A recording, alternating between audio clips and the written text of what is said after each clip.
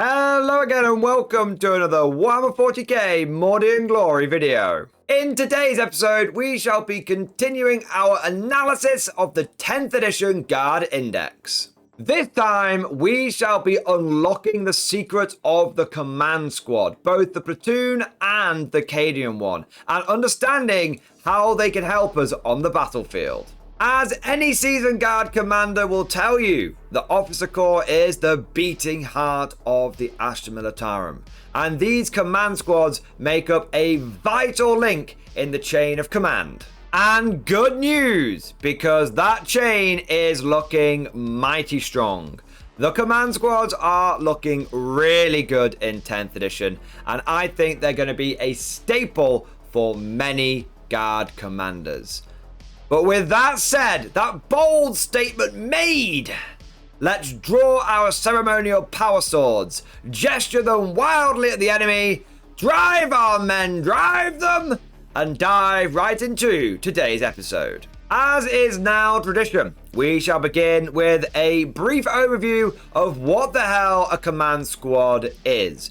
This is for new players who might be getting into 40k for the first time, or veteran players who are looking at the Guard as their 10th edition faction. Command squads have changed a lot over the years.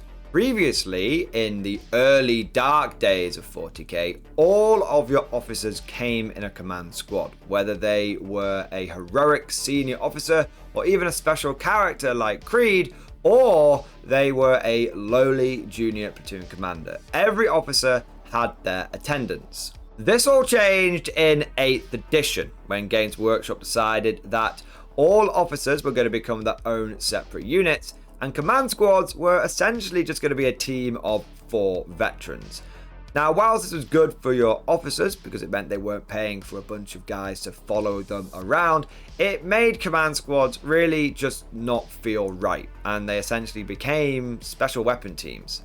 But fortunately, in 9th edition and now 10th edition, nature has healed, and command squads have once again, in many ways, been reunited with their officers. But where do we find ourselves in 10th edition? Well, we're in an interesting halfway house.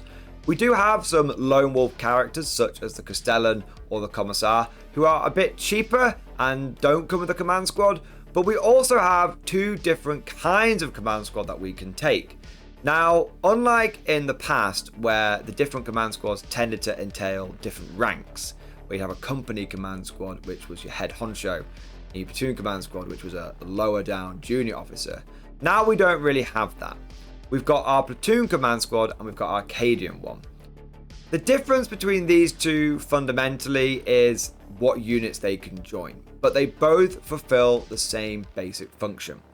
They are there to support the blobs of infantry that you can now take in 10th. Your 20-man Cadians, Krieg, Katjans, and regular infantry. Now, we will be getting into the differences between these units later on in the video, but let me be clear. A command squad, regardless of its type, is there to do one thing and one thing only. Its main job is to support, is to buff, is to act as a force multiplier. And it's against this principle which we shall be judging them. The big question is, do command squads fulfill their job?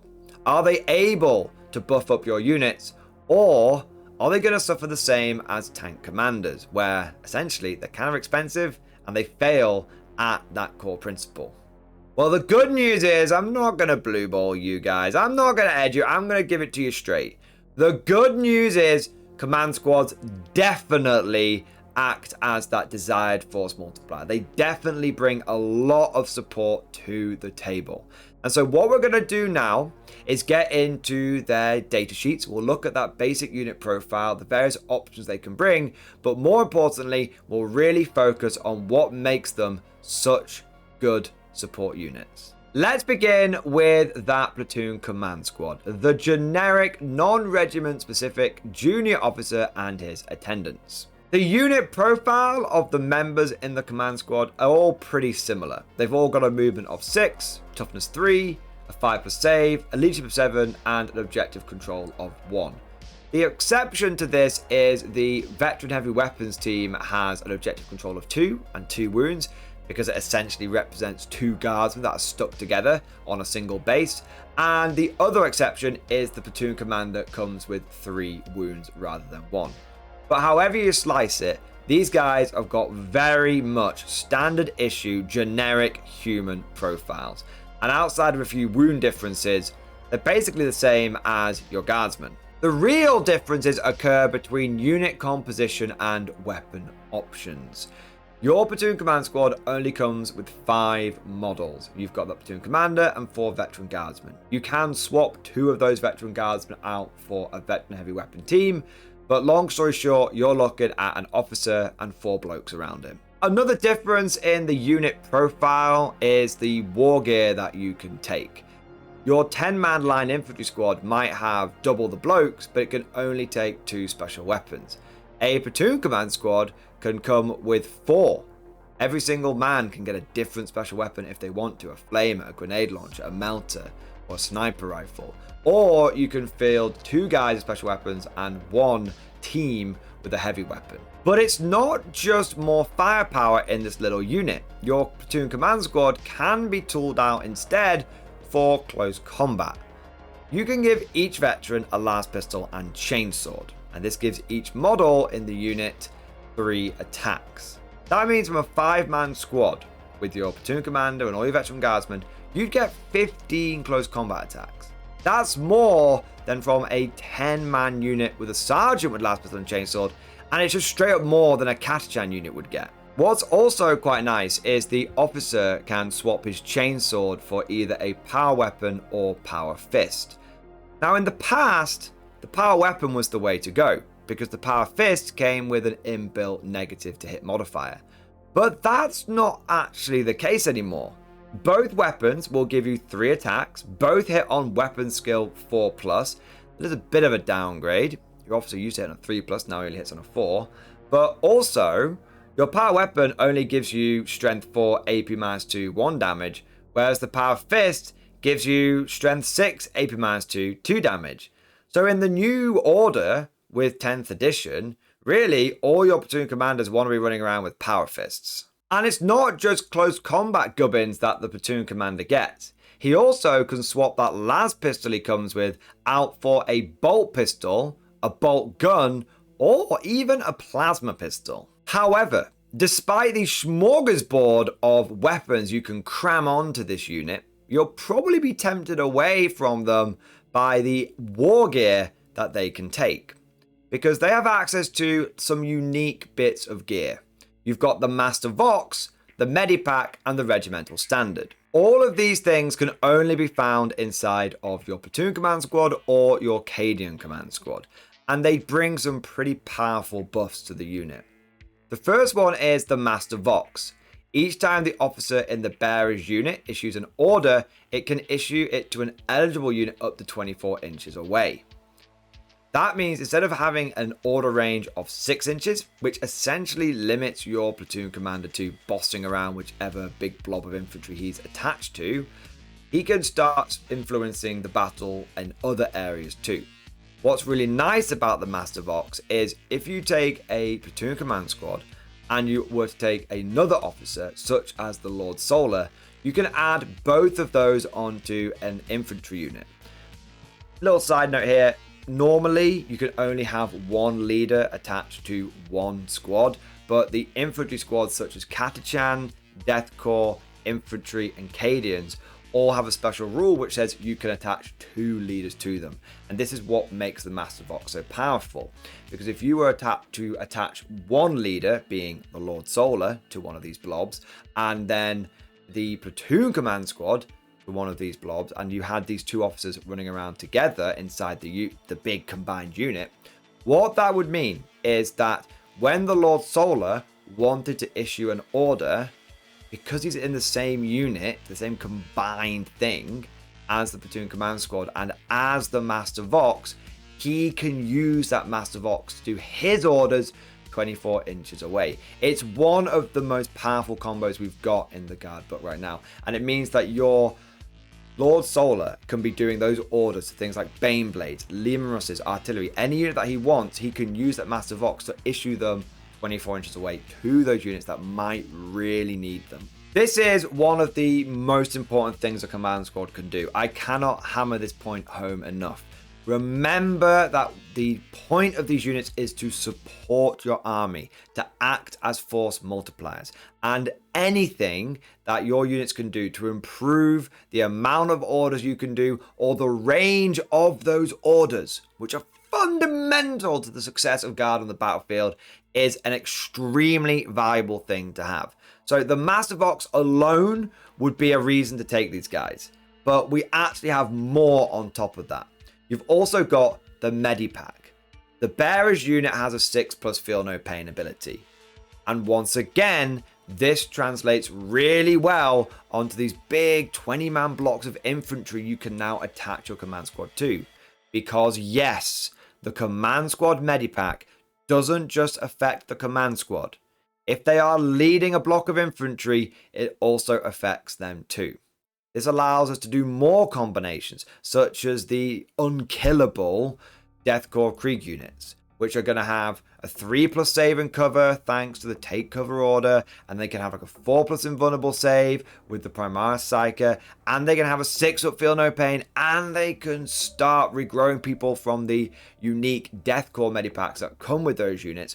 The Command Squad Medipack is a big part of that. It's an extra layer that makes this Deathcore combo, instead of the Deathcore Krieg, it should be called the Live Core of Krieg. It makes that possible. And so it's another force multiplier. And it's not like you can only take one command squad. You can take 3 of these things. And then you start getting into Cadian command squads as well, which can support your Cadian shock troops. So you can end up with a really large horde of very well supported infantry that is surprisingly durable. Finally, we have the regimental standard.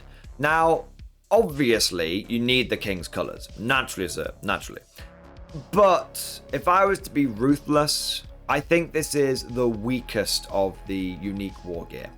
It adds 1 to the objective control characteristic of models in the Bearer's unit. That means your infantry go up from OC2 to OC3. Now, that's alright. It means that simply 2 guardsmen, which being supported by this unit, would take an objective away from a 5-man Terminator squad.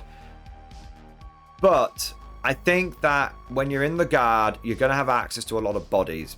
And a lot of those bodies are going to be just dogpiling onto objectives anyway. And maybe this will be different in 10th. Maybe this will come out in the wash. But I've been playing Guard for a long time. And controlling objectives has never really been a problem. Chucking objectives secured, objective control, that's something we've been able to do in spades for decades. So I'm not sure anything that really just boosts that a bit is all that helpful.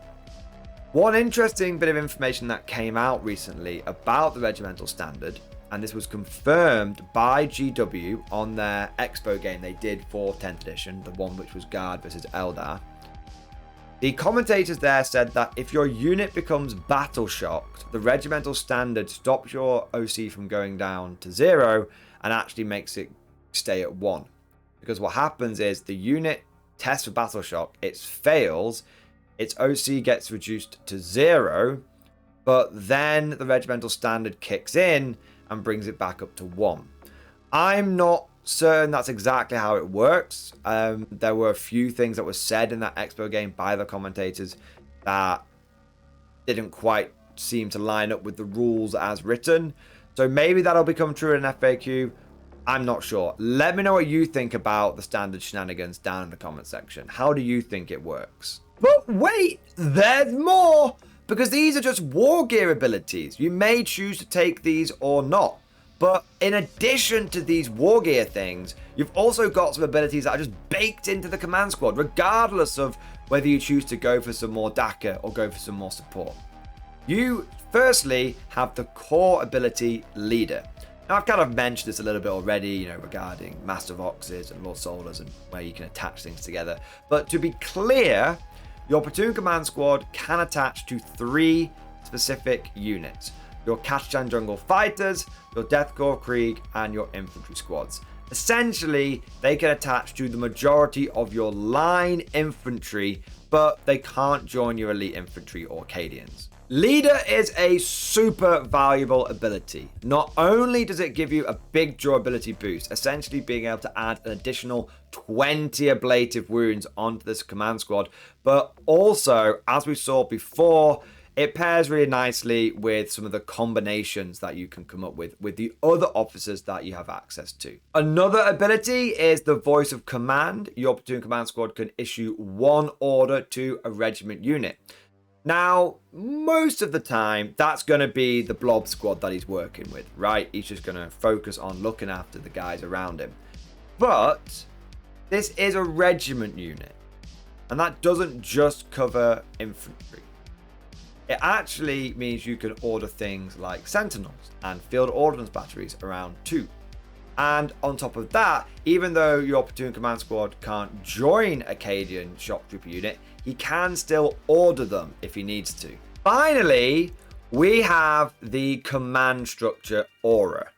While a friendly platoon unit is within 6 inches of this unit's platoon commander, you can target that unit with stratagems even while it is battle shocked. This is a pretty decent little ability. It means that you'll be able to use things like command rerolls or your expert bombardiers or fields of fire on this unit, even if it's been battle shocked.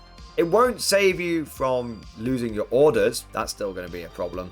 But it does keep a little trick in the back pocket, a little ace up the sleeve, an extra tool in the toolbox. Do I think this is S tier? Do I think it's 360 no scope? No. I think this may occur once or twice over the course of a 5-game tournament. But when it does pop up, you're going to be pretty grateful for it, and it'll be kind of memorable. But that covers everything to do with your platoon command squads. What's the big differences between them and the Acadian ones? Realistically, there isn't all that much difference. You've got the same basic unit profile. Your Acadian commander is same as your platoon one, and your veteran guardsmen are identical. There are some differences in the weapons you can take. For example, Acadians cannot take sniper rifles as a special weapon option, and they also don't get heavy weapon teams either. The loadout on your veterans is a bit more fixed. So you have one chap that comes as standard with las pistol and chainsword, one with a master vox, one with a medipack, and one with a regimental standard. You can choose to take that las pistol chainsword guy and give him either a special weapon, or you can give him a bolt pistol and a power fist or power weapon. And you can also swap out the regimental standard guy for another special weapon, but you have to turn up with a master vox and a medipack. So you can't quite get that full DACA squad that you can do with the platoon command squad. There's also a minor difference in the weapons that your officer can take. So the Acadian commander can get all the plasma pistols, bolt pistols, power swords, power fists, same as the platoon one, but he can't take a bolter. What this all results in is a command squad that is a bit less flexible in its options. You don't quite have that same freedom as you do in the platoon command squad. And this translates into their leader ability as well. Because unlike the platoon, which could go with 3 different line infantry options, the Acadian command squad can only join Acadian shock troops. So far, you might have the impression that the Acadian command squad doesn't seem quite as good as the platoon one, but that's not quite the right takeaway to have. Because, in truth, these minor war gear differences make very little difference. I mean, you're not going to miss those 2 special weapons if you were planning on taking a Vox and a Medic anyway, which is more than likely what you'd end up with in that platoon command squad.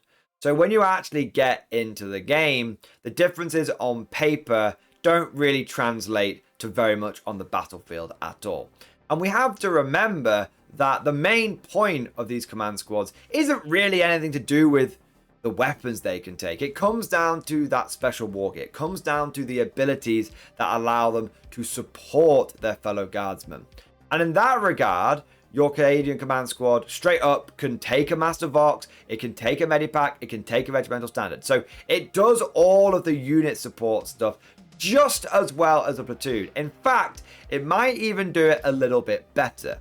because the Cadian Command Squad's unique baked-in ability is not command structure to do with stratagems and being battle shot. It's actually Cadia Stands. This ability states that while this unit contains a Cadian officer, you can ignore any or all modifiers to the characteristics of models in this unit, and to any roll or test made for models in this unit, excluding modifiers to saving throws. This is a wildly powerful ability. It more than makes up for the Departamento Munitorum being a bit stingy with the Cadian Command Squad.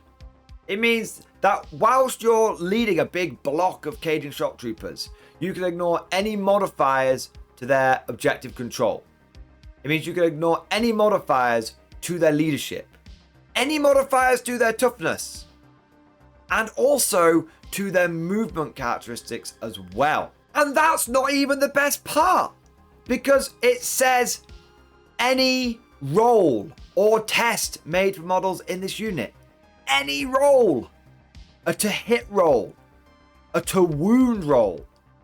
That's right. You ignore all to hit modifiers and all to wound modifiers as long as your unit is being led by a Cadian Command Squad. If you're a 9th edition Guard player coming over to 10th and you think that sounds like the old big bullshit Banner of Doom ability, you're not far off. It's very, very similar, except now you can have 3 of them leading 60 guardsmen.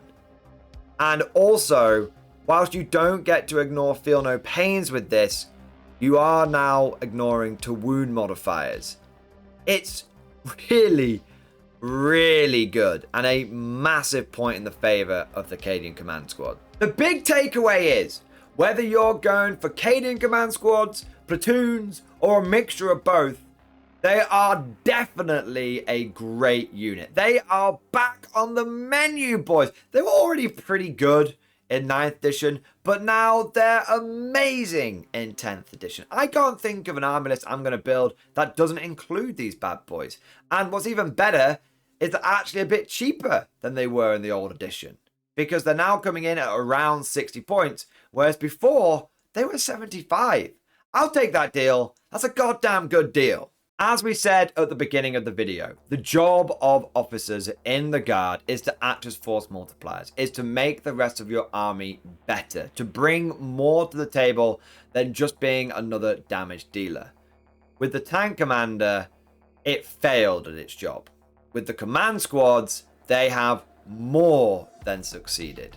At least, that's what I think. But of course, all of this is just like my opinion, man. Let me know what you think down in the comment section below. Do you like the look of the new command squads? And if so, which one do you prefer, platoon or Cadian? If you've enjoyed today's video, don't forget to smash that like button and also subscribe to never miss an episode. And if you found today's video particularly interesting, please consider becoming a channel member or patron. By supporting the channel, you'll be helping me create more content and also unlocking a whole host of perks for yourself. The biggest one being access to the Mordian Glory Discord server, an online community with almost 2,000 active members. It's always popping off in the MG Discord. We've got 10th edition tactics, army lists, strategy channels. We've got places for hobbying and painting. In fact, we're running a painting competition right now. And we've even got a pretty spicy meme section as well. In fact, I'd just like to take a moment to say a big thank you to all of the latest channel members. Thank you to War Tactics, William Holmes, Ronnie, Philip McCary, Fraggle, Adlaw, Tanro93, Adam B, Manny P, Wizzo55, Flowrider, Tyler James, Alejandro, Honest Man Dave, Mr. Kaiserman, Used Car Jockey, Clytarchus, None of Your Business, Paul B, Enclave Vet, The Doom Melon, Boomber PMAK, Anne Krung, D King, The Bloody Talker, Peaches the Destroyer, Sangao, Traitora, Michael F, Caleb Watson, Carpathian, and Scott Collins. Thank you guys for doing your part. I also want to do a shout out to the latest Patreon supporters as well. So a huge thank you to Mrs. Rogue Merc, Raphael the Third Angel, Maximus, Dixon the Third, Ronnie Dodd, Nick Ellingham, Pinked Guard, James Kiddy, Apollo Stratus, Meg Sumner, The Dark Warfare, Benjamin Hilker, Charles Hartman, and the Elder Kine. And last, but certainly not least, I want to say a personal thank you to all of my top tier Patreon supporters. These are the War Masters, the people who have truly gone above and beyond the Call of Duty. So a massive thank you to Alan Blunt III, Bon Bon Vert, Mark Panconi, Ross Miller, Swordfish Trombone, John Stubbs, Diesel Fox, and August Varney. Thank you guys, your ongoing and incredible support makes a huge difference, and it is a big part of how I'm able to do Mordian Glory full time. I hope you've all enjoyed today's video. Thank you for watching, and of course, as always, I'll see you guys next time.